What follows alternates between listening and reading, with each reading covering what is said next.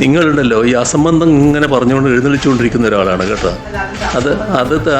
അതിനു വേണ്ടി അധികം സമയം കളയണ്ട. എനക്കിഷ്ടം വേണ്ടേ വേണ്ടത്? ഇപ്പൊ ഇഷ്ടമല്ലേ വേണ്ടത്? വെറും ഇത്തരമൊരു കാര്യം പറയാൻ വേണ്ടി മാത്രമായിട്ട് അവസരം എടുക്കരുത് കേട്ടോ. അത് അസംബന്ധമായതുകൊണ്ട് തന്നെ അസംബന്ധത്തിന്റെ ശീലക്കാരനാണല്ലോ നിങ്ങൾ. അതുകൊണ്ട് തന്നെ ആ ശീലം കൊണ്ടൊരു പത്രപ്രവർത്തകനായിട്ടിരിക്കരുതെന്നാണ് ഞാൻ പറയുന്നത്. അത്തരമൊരു ശീലവും കൊണ്ട് പത്രപ്രവർത്തകനായിട്ടിരിക്കരുത്. അത് മനസ്സിലാക്കാൻ ആദ്യം തയ്യാറാകണം കേട്ടോ.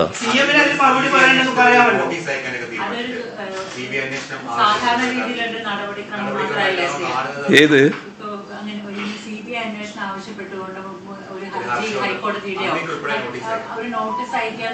എല്ലാ കോടതിയുടെ മുന്നിൽ വരുന്ന കാര്യങ്ങളിൽ കോടതി നിലപാടുകൾ എടുക്കുമല്ലോ.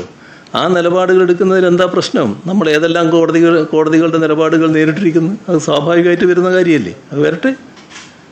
ഈ ദിവ്യ അയ്യർ എന്ന് പറയുന്ന IAS ഉദ്യോഗസ്ഥ സർക്കാർ ലെവലിൽ പ്രവർത്തിക്കുന്ന ഒരു ഉദ്യോഗസ്ഥ.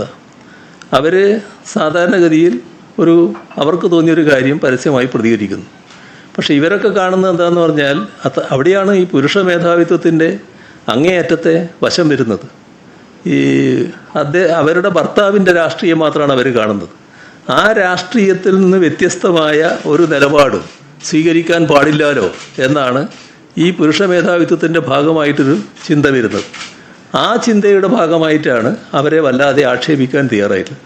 അവർക്ക് തോന്നിയൊരു കാര്യം നിഷ്കളങ്കമായി അവർ പറയുന്നു എന്ന് ഒരു നിലയെടുക്കുക എന്നല്ലാതെ അതിൻ്റെ മേലെ വല്ലാതെ ഓടിക്കയറേണ്ട കാര്യമില്ലല്ലോ.